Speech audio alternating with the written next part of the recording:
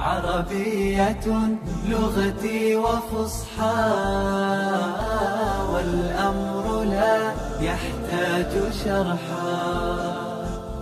عربية لغتي وفصحى، والأمر لا يحتاج شرحا.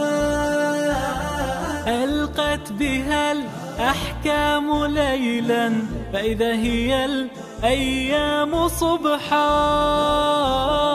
الله خط بها كتابا للبرية ليس يمحى. ألقت بها الأحكام ليلا، فإذا هي الأيام صبحا. الله خط بها كتابا للبرية ليس يمحى. فأنار دنياها وسنى عقيدة وسطى تدل على معنى يقظة. لا بد هي مستقلة في المعنى، ولكنها نستخدم كلمة بدل الكلمة. مثلا الكلمة الأولى نقول النهوض في معنى نهزة.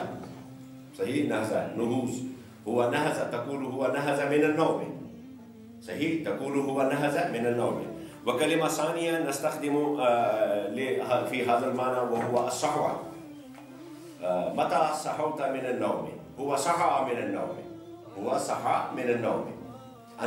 النوم الحقيقي لا المعنوي، حقيقي. ونستخدمها في معنى معنوي أيضا. إذا كنت في نومك الحقيقي فتقول أنا نهزت من النوم، وتقول أنا صحوت من النوم صباحا مبكرا، وتقول أيضا أنا استيقظت من النوم صباحا مبكرا، وتقول أيضا أنا تنبهت من النوم اليوم مبكرا. صحيح، تنبهت من النوم.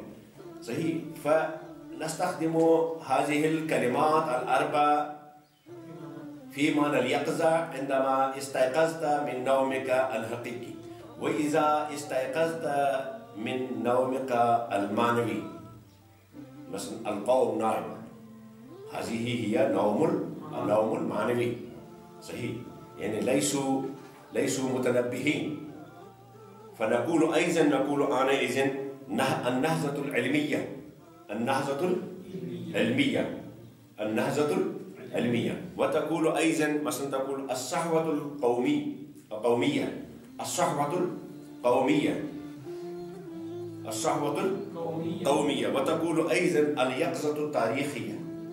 اليقظة التاريخية. وتقول أيضا التنبه التاريخي، أو تقول تنبيه الغافلين.